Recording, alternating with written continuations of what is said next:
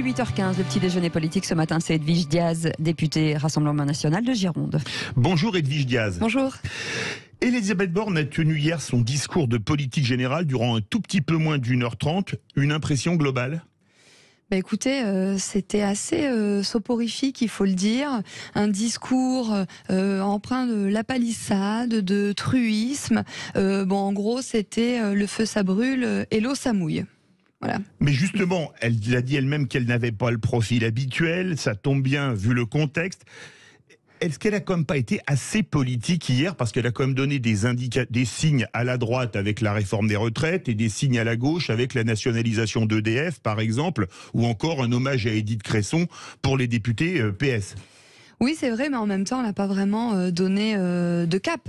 Et c'est ça qu'il faut retenir. En tout cas, et surtout, ce qu'il faut retenir, c'est qu'ils n'ont pas du tout pris la mesure de leur échec au moment des élections législatives. Et puis, j'ai beaucoup apprécié le discours de Marine Le Pen, qui a indiqué que elle relevait de la. Vous ayez apprécié son discours. Oui, mais non, mais c'est vrai. Son discours et en tout cas le nouveau gouvernement relève de la provocation politique, parce que là où les Français attendaient plus de fermeté en matière de justice, ils voient Éric Dupond-Moretti qui est reconduit. Là où ils attendaient plus de sécurité, ils voient Monsieur Darmanin qui est reconduit quelques semaines après l'épisode dramatique du Stade de France. Et là où ils attendaient plus de vérité, plus de sincérité, on voit Monsieur Véran qui est nommé porte-parole. Donc en fait, tout ceci donne un sentiment que l'exécutif, une fois de plus, n'a pas entendu le verdict des urnes et est décidé à continuer dans la même direction, dans la même trajectoire. C'est la raison pour laquelle, avec Marine Le Pen, nous avons dit plusieurs choses, que nous ne servirons jamais de marchepied à Emmanuel Macron et que nous nous inscrirons dans une opposition responsable. Nous voterons les textes qui iront dans le bon sens, nous amenderons ceux qui seront perfectibles et nous nous opposerons aux textes funestes, comme par exemple celui de la réforme des retraites. Alors justement, c'était votre baptême du feu hier pour un discours de politique générale. Beaucoup d'invectives et de brouhaha, mais ça venait plutôt des bancs de la France Insoumise que du Rassemblement National. Oui, tout à fait, je vous le confirme, parce que on n'est pas au cirque, si vous voulez. On est à l'Assemblée nationale. Donc nous avons, même si nous combattons la politique de Madame Borne, nous avons quand même le respect des institutions et le respect qui est dû au discours de politique générale de la Première ministre. Par contre, c'est vrai que face à nous, moi je les ai vus en face de moi, on a vu des insoumis totalement déchaînés, qui gesticulaient, qui vociféraient, qui invectivaient. Vraiment, ils se seraient crus au cirque. Et pour le coup, quand Jordan Bardella nous dit que que les insoumis vont transformer l'Assemblée nationale en ZAD, écoutez, je vous dis clairement, vu de l'intérieur hier, on avait l'impression en effet d'être chez les zadistes. Mais elle ne s'est pas énervée, Elisabeth Borne. Est-ce qu'elle a gagné ses galons pour prendre de la hauteur ? Elle était un peu paniquée, je dois bien le dire. Il y a une vidéo qui tourne sur les réseaux sociaux où on la voit en fait s'arrêter, ne pas savoir quoi faire, se retourner un petit peu paniquée vers Madame Braun-Pivet, qui elle-même, étant novice en la matière, ne sait pas trop quoi faire et hésite à un moment donné à tapoter sur le micro pour demander péniblement le silence qui n'a pas du tout été respecté. Justement, on parlait de ce qui se passait dans l'hémicycle, juste devant ou derrière l'Assemblée nationale, selon quel côté on se met. Hier, il y a eu un simulacre de mariage entre Marine Le Pen et Emmanuel Macron devant un cercueil organisé par Louis Boyard, député LFI. Comment vous avez vécu ça ? Alors, nous, on était en hémicycle, donc je l'ai vu à la télé, là, ce que vous décrivez. Écoutez, je trouve que c'est assez grotesque, grossier, caricatural, en fait, tout ce qui caractérise la France insoumise. Mais je voudrais juste rappeler deux choses à la France insoumise. La première, c'est que les élections sont terminées, donc il faut qu'ils arrêtent de faire le buzz, il faut qu'ils se mettent au travail. Et la deuxième, je voudrais leur rappeler que ce n'est pas grâce à Marine Le Pen qu'Emmanuel Macron a été élu. Ce sont les Insoumis qui ont appelé à voter en 2022 pour Emmanuel Macron, non seulement en 2022, mais aussi en 2017. Donc voilà, donc moi je les appelle à se mettre au travail, parce que pendant qu'ils font leurs petites bêtises, ce sont des Français qui souffrent, qui n'arrivent pas à finir leur fin de mois et qui témoignent de grandes inquiétudes quant à leur pouvoir d'achat au niveau de la rentrée. Edwige Diaz, vous avez parlé d'opposition responsable il y a quelques minutes. Vous voulez être l'opposition responsable face à l'opposition, on dira éruptive, qui serait la France insoumise ? Mais en fait, nous allons nous montrer aux Français tels que nous le sommes vraiment. Et d'ailleurs, les Français savent que nous sommes déjà des gens responsables, travailleurs, sérieux. Sinon, nous n'aurions pas eu 89 députés le 19 juin dernier. Donc oui, voilà, nous allons travailler sérieusement, faire des propositions, être présents sur le terrain, en circonscription, faire des remontées d'informations. Je vais vous donner un exemple. Donc on a été élu il y a quelques jours. Moi, il n'y a pas eu de chance. Sur ma circonscription, il y a eu un fort orage de grêle, qui a pénalisé les collectivités locales, les particuliers et aussi, surtout, les viticulteurs, les agriculteurs. Bon, mais j'étais à peine élue, la première chose que j'ai faite, c'est écrire au ministre de l'Agriculture pour lui demander de débloquer un fonds d'urgence pour qu'on ne laisse pas ces gens sur le carreau. Ça s'appelle faire du travail correct. Edwige Diaz, depuis une semaine, et l'élection de deux vice-présidents du Rassemblement national, LFI dit que vous vous êtes entendu avec LREM. Ils l'ont d'ailleurs rappelé hier dans le happening devant l'Assemblée nationale. Est-ce vrai ou est-ce de l'info, est-ce de l'intox? Non, mais ça s'appelle juste le respect des institutions. Voilà, quand vous êtes le premier groupe d'opposition à l'Assemblée nationale, que vous êtes fort de 89 députés, c'est normal que vous ayez 2 vice-présidences. Enfin, en fait, c'est juste le respect des institutions. Mais ça démontre bien une fois de plus que les Insoumis ont un grand problème avec le respect des institutions et je pense que ça leur portera préjudice parce que vraiment, je vous dis, l'Assemblée nationale n'est pas un cirque. On n'est pas là pour faire le buzz, on n'est pas là pour se donner en spectacle. On est là pour travailler parce que oui, je le dis, il y a des gens et il y a des entreprises qui souffrent et qui attendent beaucoup de nous. Justement, Elisabeth Borne a cité hier 8 présidents de groupe, sauf Mathilde Panot pour LFI et Marine Le Pen pour le RN. Oui. Comment vous avez vécu ça? Vous vous sentez ostracisé?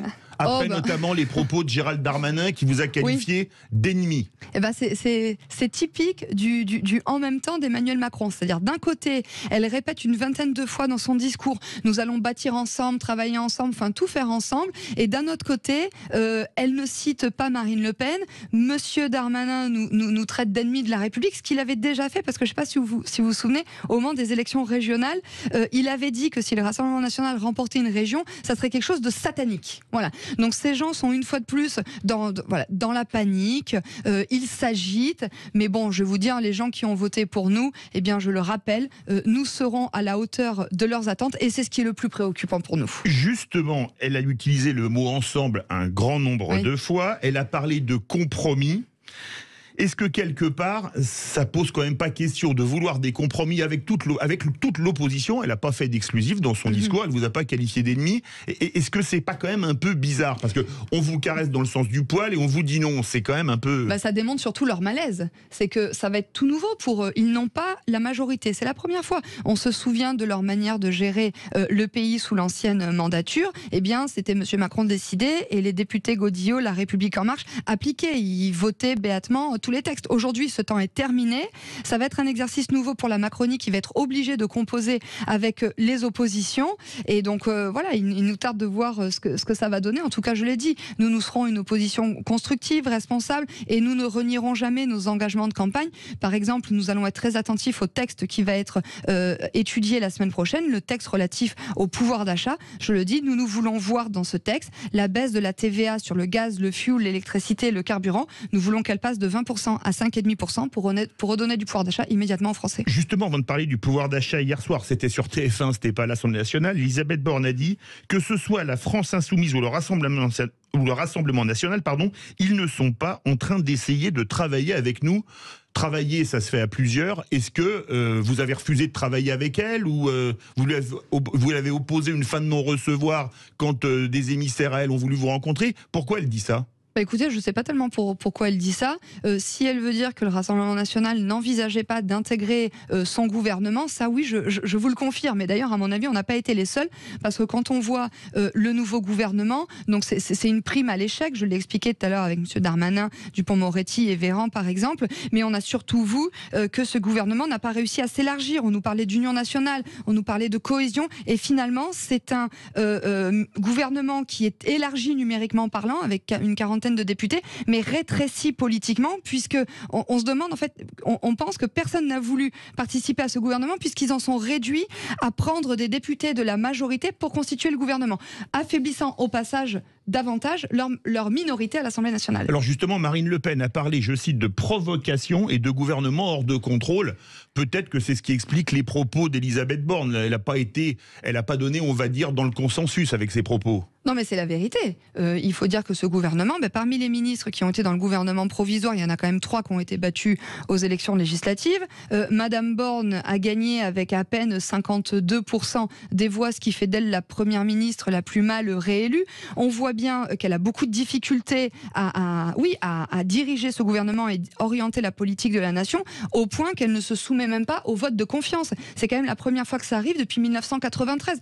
Donc on voit ce gouvernement qui tâtonne, qui ne sait pas où il va et qui en est réduit à, dans le discours de Madame Borne, à nous faire toute une série de la palissade, parce qu'il fallait bien qu'elle dise quelque chose, la pauvre. On va parler du pouvoir d'achat. C'était la première préoccupation des Français au moment de la présidentielle. C'est le premier projet de loi qui va passer devant l'Assemblée nationale. Alors, on connaît une grande partie des dispositions, 25 milliards en tout entre chèques alimentaires, aide aux gros rouleurs, etc. Est-ce que vous pourriez en voter des dispositions ? Oui, déjà, on va attendre de recevoir ce texte. Ensuite, on va l'étudier, on va l'amender. Madame Borne a dit quelque chose d'intéressant hier. Elle a dit qu'elle allait procéder à la déconjugalisation. Oui, alors je vais vous dire pourquoi je soutiens sa proposition. Elle concerne les personnes en situation de handicap. Elle demande la déconjugalisation de l'allocation adulte handicapé. Absolument. Évidemment que nous allons voter pour ce dispositif. Pourquoi ? Parce qu'il était dans notre programme.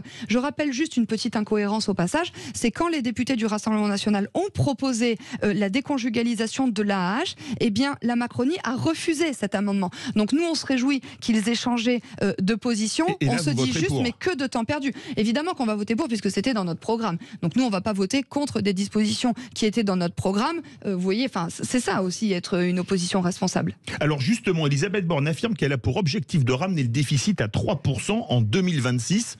C'est quand même du long terme puisque le quinquennat se termine en 2027. Le tout sans hausse d'impôts.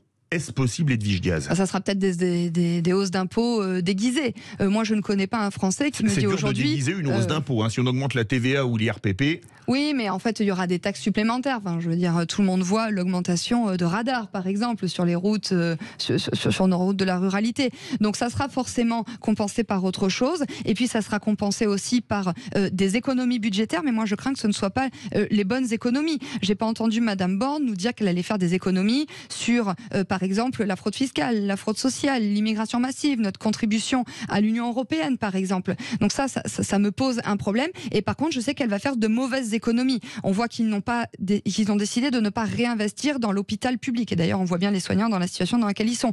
J'ai entendu aussi qu'elle allait, ça c'est Monsieur Macron qui l'avait dit, qu'ils allaient faire des économies auprès des collectivités territoriales. Mais moi, ça m'embête beaucoup. Vous savez, je suis conseillère municipale dans mon village, à Saint-Savin, et je sais que notre collectivité n'a pas les moyens, par exemple, d'offrir des services publics de qualité aux habitants, comme par exemple la réfection des routes, des trottoirs, l'entretien des fossés, l'éclairage, etc. Donc en fait, elle va faire de mauvaises économies sur le dos essentiellement des collectivités locales. Et ça me pose un problème parce que finalement, les gens payent toujours autant d'impôts et ils ont toujours moins de services publics en face. Alors justement, il y a un sujet qui fâche, la réforme des retraites.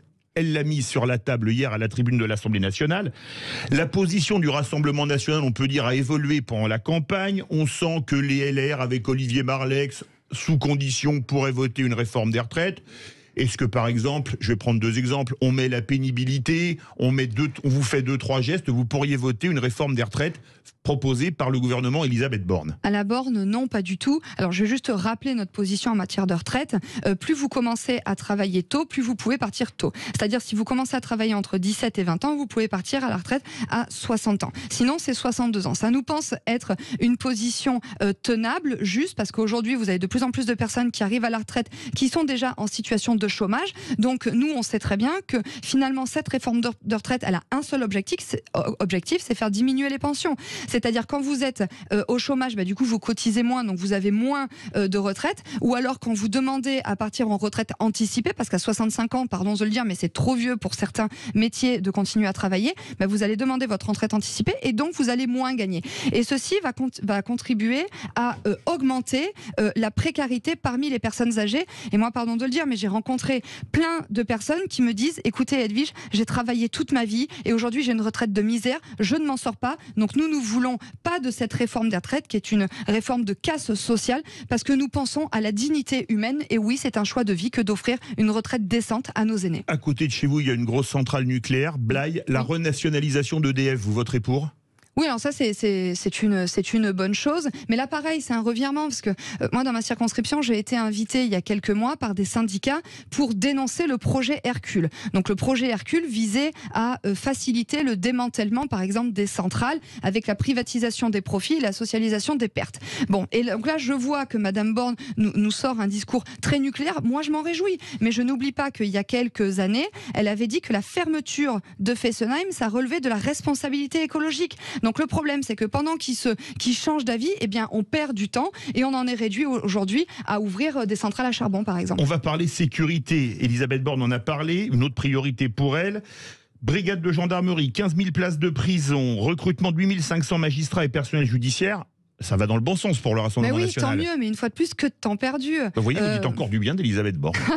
Non, mais en fait, je déplore le temps qu'ils ont mis à réaliser tout ça. Et je dis que c'est une bonne chose, parce qu'en fait, c'était dans notre programme. Quoique nous, on allait un peu plus loin, nous demandons la création de 40 000 places de prison. Et ça fait combien d'années qu'on demande une augmentation des effectifs de police? Parce que là, c'est bien ce qu'elle a dit. Sauf qu'en attendant, moi, je trouve qu'il y a un fossé entre les actes et les paroles. Ce qu'elle a dit hier, c'était bien. Sauf que qu'est-ce qu'on a vu cette semaine? On a vu des incidents encore dramatiques à Grigny qui nous ont malheureusement fait penser aux événements de 2016 de Viry-Châtillon où on voit perpétuer une haine anti-flic. Et moi, je vois Madame Borne hier qui nous fait nous lever pour soutenir les policiers. Très bien, nous on soutient les policiers. Sauf que je rappelle juste que c'est Emmanuel Macron qui parlait de violence policière. C'est le ministre de l'Intérieur qui demande aux policiers de ne pas intervenir. Je connais plein de policiers qui me disent écoute Edwige, on n'en peut plus. Quand il y a des rodéos, on nous demande de ne pas les poursuivre pour éviter la bavure. On sait très bien que les policiers ne sont pas soutenus. Ils subissent plusieurs dizaines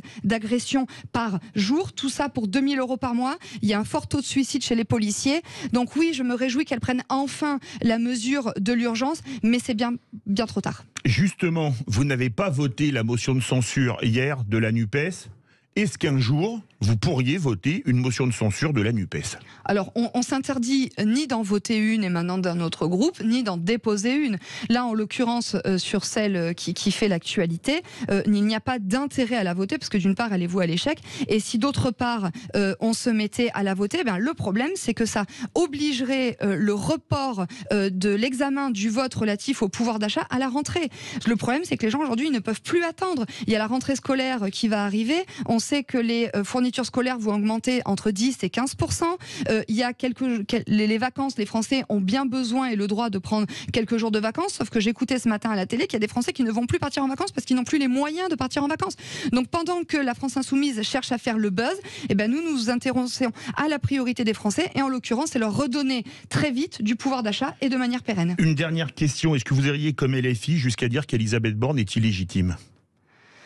En tout cas, elle est affaiblie. Voilà, elle est affaiblie au point, je le dis, affaiblie mais pas illégitime.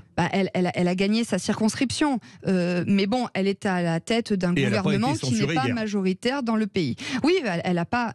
Elle n'a pas osé demander le vote de confiance parce qu'elle savait très bien qu'elle ne l'aurait pas eu. Donc elle n'est pas illégitime parce que nous on est respectueux des institutions, mais en tout cas elle est très très très affaiblie et il va vraiment falloir que ce gouvernement fasse preuve d'humilité, qu'il respecte les oppositions et qu'il les écoute. Sinon je pense que ça va être très compliqué pour eux et au final ce seront les Français qui seront victimes. Merci beaucoup Edwige Diaz. Vous avez parlé de cirque pour l'Assemblée nationale. Hier votre confrère, mais pas du même bord, Carl Olive, a parlé de plus grand cabaret du monde et de stade. Inutile de dire qu'on va vivre un quinquennat du côté du Palais Bourbon passionnant. Merci beaucoup d'avoir été avec nous, Edwige Diaz. Vous pourrez réécouter bien sûr cette interview sur notre compte Twitter ou sur sudradio.fr. En attendant, 8h33 et dans un instant, la revue de presse.